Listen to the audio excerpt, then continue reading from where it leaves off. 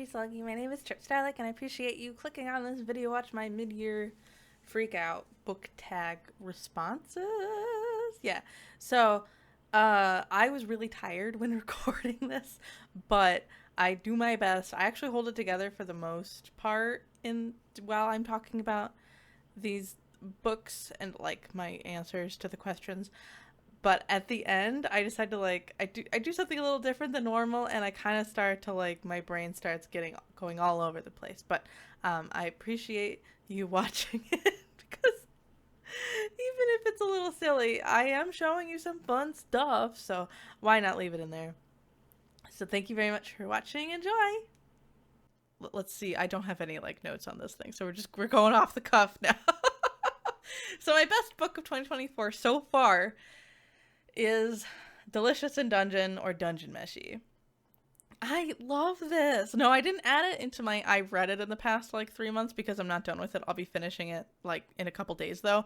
And we're going to talk about it in book club on July 9th at 8 p.m. Eastern time zone if you want to join. But this manga series is great. It's so fresh. The ideas like are so it's honestly the same as Moonbound by Robin Sloan, but I think Moonbound kind of plods a little bit too much for me to say that it's like the absolute best, but I still really like it. Now, but Dungeon Meshi, Delicious in Dungeon is so like it's so succinct. Like the author Yoko Kui, she really knows what she's doing, and she really loves like you can tell that she played like Baldur's Gate 1 and 2, Icewind Dale, Wizardry, those types of games. Like she really loves like that kind of fantasy world. And so she took like Faerun, like D&D Faerun, and she kind of made it her own thing. And it's so cool. And also I always want to cook things. I want cooking to be more of like an aspect when I play role play games. And Delicious in Dungeon lets me live that fantasy. It's also just really it's telling it's having a lot of conversations about like society as a whole and other more deep topics as well without like feeling like it's being shoved down your throat, which I think a lot of like stories don't do that, but I'm happy that it's not. And I don't know, it's just really fun. If you haven't, it also has a 24 episode, I think it's 24 episodes, anime out on Netflix. You can watch that too. It's really well animated. I recommend reading it. I recommend watching it. Dungeon Meshi or Delicious in Dungeon. It's so good. Also, One Piece is down there. One Piece is down there as an honorary mention because I'm having a great time with One Piece. So good. Oh my gosh. Even though we caught up with it, I'm reading it when it comes out on a weekly basis now, and it's blowing my mind every chapter. It's so good. But I'll talk about One Piece later. Dungeon Meshi, though. You should read Delicious in Dungeon. I'm dead serious. You should read it. Or watch it, either way. My best sequel? This is always a question I don't have a good answer for because I haven't been reading sequels a lot lately. The one sequel I did read was Emily Wilde's Map of the Other Lands by Heather Fawcett, which is the sequel to the Emily Wilde's Encyclopedia of Fairies, which was one of my favorite books that I read last year. And this is it's just a continuation of the series. Emily Wilde is a scholar in fairies in this world. She lives on Earth, but it's Earth if fairies were real and like a subject to study, basically. Like they were their own like race of beings, but they were like not animals, but not humans, something in between. She like goes on field missions basically and goes to like she's trying to create an encyclopedia on every single type of fairy. And she has a colleague rival that follows her around, and there's a good chance that he might be a fairy. And this is just more of that. Emily, instead of writing her encyclopedia because that has been published, she is now creating a map of the other lands. And it's super great, super cute. It's kind of a romantasy, but it focuses more on just the exploration of a fairy world. I love this series because it treats fairies like in the very classic traditional way of like folklore tales. Like they're like what I want fairies to be, weird little guys. I like it when they're weird little guys. And it's just very cute. It's written in an epistolary fashion, so it's written like journal entries for the most part, and I just love reading books that are written like their journals. It just really works for me. So yeah, I liked it. It's good. Unfortunately, like all the sequels I thought were coming out this year were delayed, so that's the only one I have to talk about. So it's the best one by default. But I still liked it, so yay! New releases I haven't read yet but want to. Actually, I picked two. Actually, I picked Dragon Fruit by Makia Lucier and Feybound by Sarah El Arifi. Feybound I picked because I was gifted it and I would like to read it. I love being gifted books like that people think I will like. It's like my favorite thing because I might not like it, but I'm always really happy to have gotten it and then read it and then tell them my opinion on it, even if it's not positive, like 100% positive. Feybound, I'm not even 100% sure what it's about. It's about fairies. I think there's fairies and a war, and that's all I know. Dragon Fruit, though, I can talk about Dragon Fruit because I pitched it to the Slug Club members. It may be our July pick for the book club, so you could read it too to join in with us. Dragon Fruit is a retelling of Pacific Islander mythology, and what is it about? It's about dragons. So this girl on the cover, I can't remember her name right now, she was living a very nice life until her dad stole a sea dragon egg, and the sea dragon egg led to the family being exiled. So she's living in exile, but she's living a good life still because she gets to study the sea dragons still. But one of the dragons one day gives her a quest that will let her regain her status in the world and not have to be in exile anymore. But it also is told from a person named Sam's perspective. They are a prince of from the land that the main character girl, she was exiled from, and he is being told to marry or find a cure to his mother's illness. And the two are trying to find the same thing. They meet up and go on an adventure. And I want to read it. It just seems like fun. And I haven't read any book that's like a Pacific Islander mythology retelling, so that just seems very interesting to me. Feybound also seems interesting to me, but I can't I can't immediately talk to it. But it's a romantasy. These are both romantasies, and I think like at the core I could be a romantasy sluggy. I think I could do it. I just have to get into it. I have to pick the right one. A lot of the popular ones last year just did not appeal to me, but these two appeal to me. I think Feybound's super popular. I don't think Dragon Fruit is, but whatever. I'll read it. I'll read it and let you know what I think. My most anticipated release in the second half of the year is Fairies Never Lie, Tales to Revel in. It is a anthology, a short story collection with a bunch of authors that I either haven't read from and want to, or I have read from them and like them. Like, I love Danielle Clayton. I love that author. And Chloe Gong, too. That's about it, actually. But, or I think I've read Rory Power before. I don't remember. Anyway, so it's just a short story collection about fairies. I love fairies as a topic. You know how kids usually have their dinosaur phase, their Lego phase, their Greek mythology phase. I didn't have any of those. I had fairies. I had a fairy phase, and I never really quite left it. I love just reading about fae being little mischievous guys and all of the rules that come with being a weird mischievous guy or girl or thing. It's mostly thing. So yeah, I'm super looking forward to this. I actually love the cover. I think it's very spooky but cool looking. And I'm gonna gun for it to be a book club pick, so maybe you'll be able to join in on us reading that. So yay! The biggest disappointment was absolutely Some Desperate Glory by Emily Tesh, because the audiobook was so good. Senna Breyer did such a good job, but the story itself was just not good. It was like the highs and lows of that one meme. You know that graph? It's like the bros, we're so back. Oh no, it's so over. Oh, we're so back. Like the back and forth. That was this book. It had some good moments, but mostly like, what the fuck? Why are we here? Why are we doing this? Oh, okay, that's interesting. Wait, what? No, I don't like that part. What are you doing? Oh no, that's interesting. So yeah, it was just kind of all over the place. But Senna Breyer is an amazing, amazing voice actress.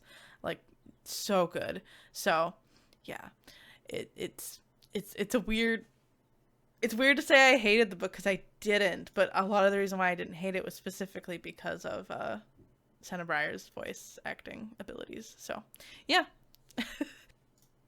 The biggest surprise is actually not like a novel. It's a visual novel, so it is a novel, but not like the traditional open up a book and read it type of novel.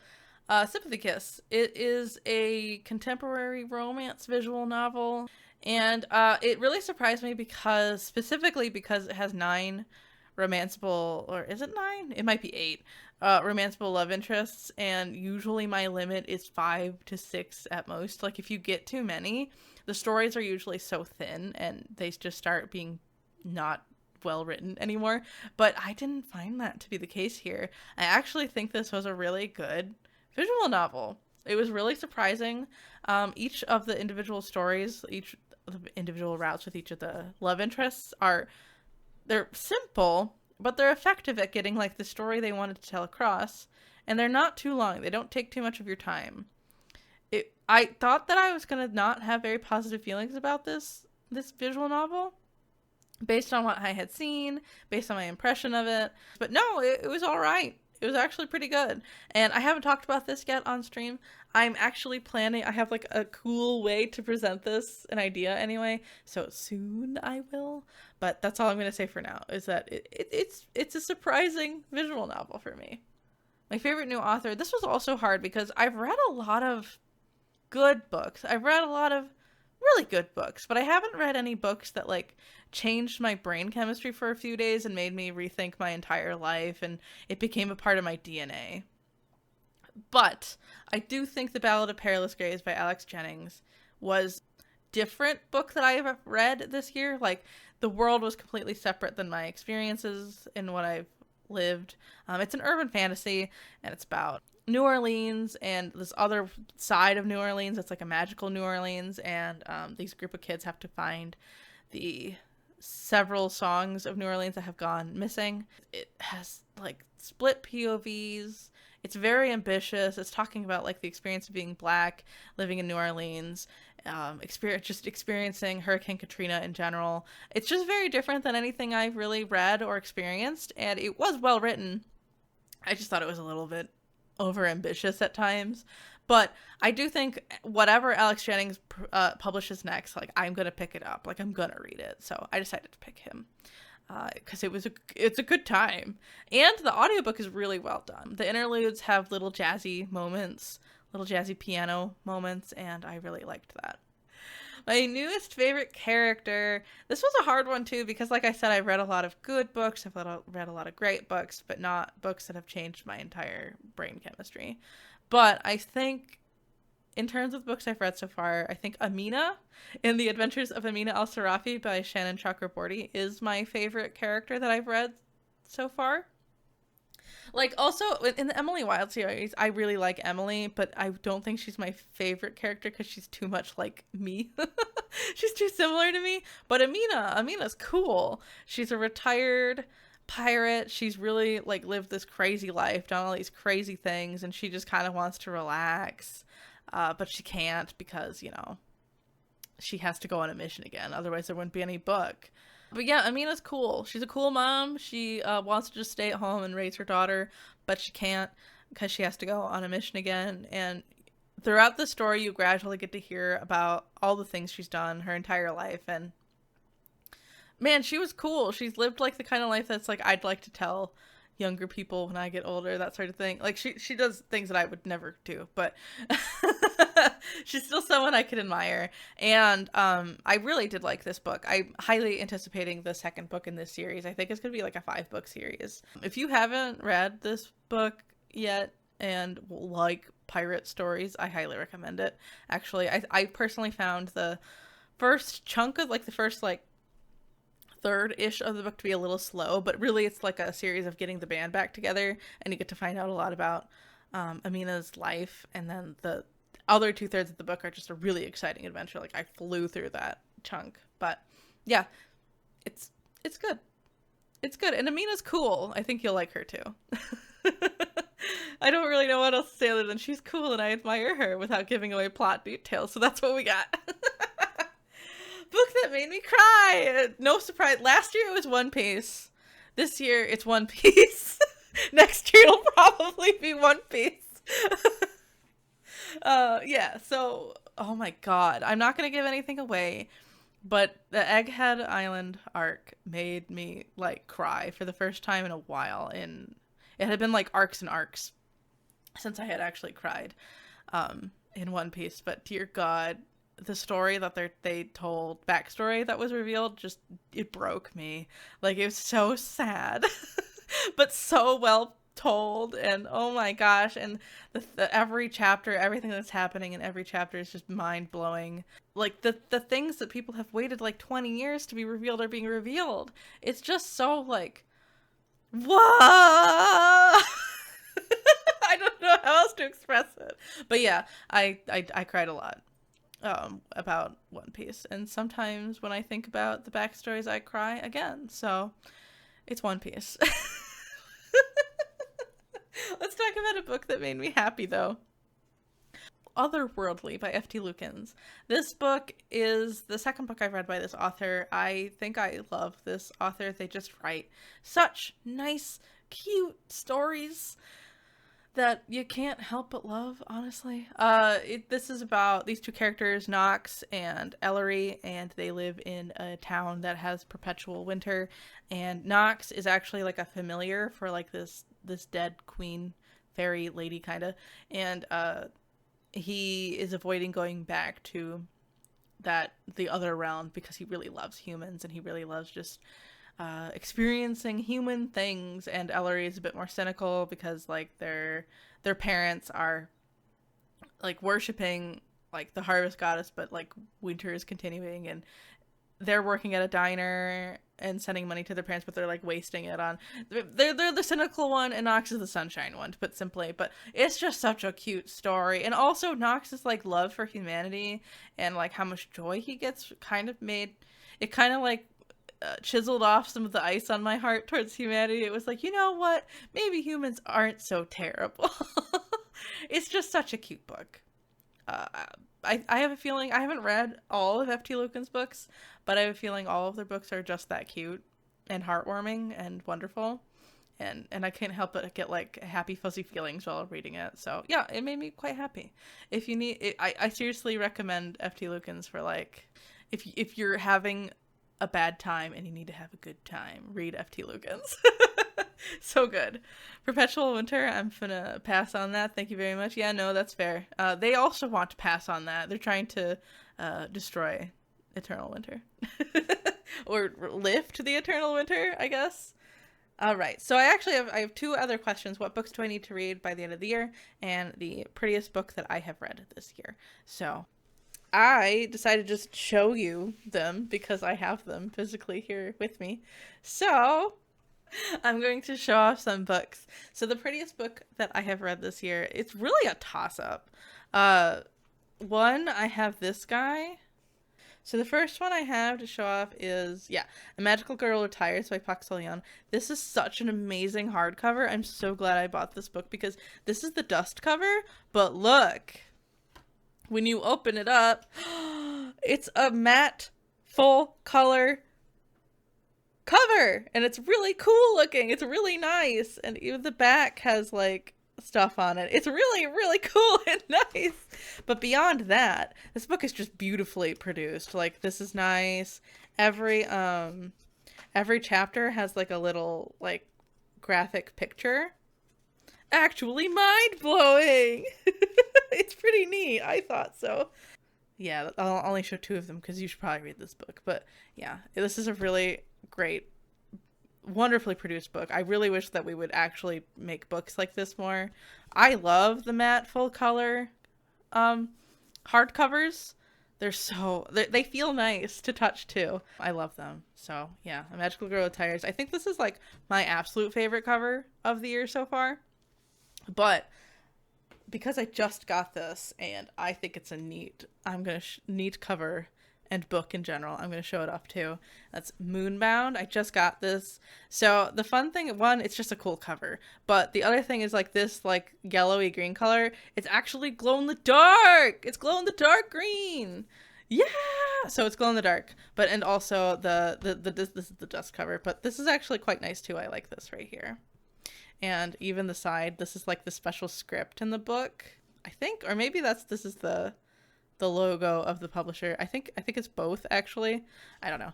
So this is really neat, and I also think the pink inside is cool, but also I got a signed copy. I didn't even realize that I was buying that, but I did. So yay, that's cool, right? I just love both of those books. I think they're actually worth reading. Both of them are quite worth reading. Seriously, so happy about this though. We gotta do that. We gotta make more books like this. So cool. So what books do I need to read by the end of the year? There's a lot of books. My main goal for the year is to read the books that I own, like all the books that I own, because I don't even own that many books that I haven't read anyway. But there's enough of them where it's like I really should like cut down. I should really cut it down, the stack. So let me show a few. So I've started buying special editions of books because I really got into Illumicrate, I suppose, because they keep putting out like books that I've read. They come out with special editions, so I want to buy them.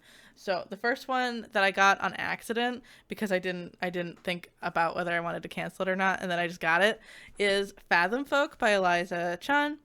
This is a really pretty cover, to be honest. I can't complain. It's quite nice, and I don't even know what it's about. Let's see. I think it's about a mermaid, like it's like a Chinese, or maybe it's probably just Asian inspired fantasy novel, but it's just really pretty. And the inner cover is, sorry, I'm not showing it correctly. It's pretty too. It's really pretty actually. If you look at the other side, there's like a dragon on it. It's really nice. So I don't know what this book is about, but I'm gonna read it and hopefully I like it. And even if I don't, it has this cool binding, like the cool, what do they call this? The printed spine. So I can display it the other way around and it'll still be pretty. I have another pretty book that I don't know anything about this book. I got this on accident. I actually meant to cancel it and I didn't. It's called To Cage God by Elizabeth May. It's about caging a god, I assume. I think it has a lesbian relationship in it. I don't know. But the inside thing is pretty good. Wait, hold on. I'm not looking at chat. I mean, I'm looking at chat, but not like if there's any. No, there's no redeems. Okay, we're good. I was like, wait a second. What if somebody redeemed something? Anyway, no one did. And then this is kind of neat. This is not the most exciting like cover, but it's pretty. And yeah. Nice. It's all right. It's not as pretty as Fathom Folk, but it's all right. I guess I'll read it at some point. Oh, maybe I think it's Russian inspired. I don't know. I'll find out eventually. I have The Principle of Moments, which I actually really want to read. It's a black sci-fi fantasy, and I just think that it looks really cool. This is a very neat cover. I really like the printed edges. These are really cool, and I think honestly it's just cool. Like this really excites me about the world that we're getting into. I don't know what cube is, but it's a cube, and then it has like a quote from the book on it as well, which is neat. Yeah, pretty excited about this. Also don't really know what it's about. I think I remember reading the premise and thought, wow, that sounds great, and then I just haven't read it yet. It is a little bit longer, as you can see, but that's okay. I read long books, don't I? These next two are going to be, I'm going to read them for sure, but they're like Halloween ideas. Like I'm going to read them in October. The first one is Starling House. This is like probably the most unique dust cover I've ever like owned. Starling House by Alex E. Harrow. I haven't read this yet, but it's like a gothic horror haunted house type of book. I really like the cover in general because it's a plasticky cover and it has like the birds all surrounding it. But when you take it off, you can see the haunted house. That's really cool detail to me. You can see it on the back too. Sorry, you can't really see it, but you can see that it's a plastic dust cover. I don't mind that, actually. I think it's really cool. And I like the inside illustrations, and I really like the printed edges. It's really cool. It has like the birds as well on it.